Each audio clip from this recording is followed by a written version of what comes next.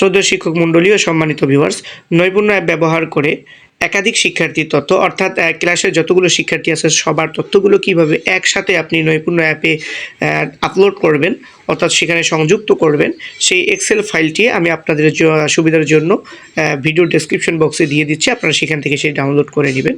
তো এটি কিভাবে কাজ করতে হবে, আপনারা ফাইলটি ওপেন করলে, এক্সেল ফাইলটি ওপেন করলেই আপনারা সবাই সেটা খুব সহজেই বুঝতে পারবেন। তো এই মুহূর্তে আমি ল্যাপটপ থেকে একটু দূরে থাকার কারণে সরাসরি সেটি দেখিয়ে দিতে পারছি না।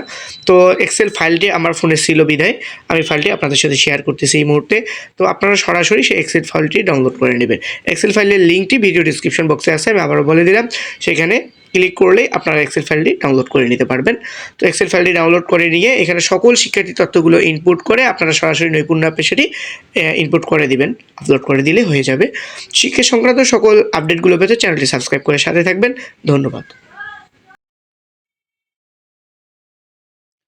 শ্রদ্ধেয় শিক্ষক মণ্ডলী।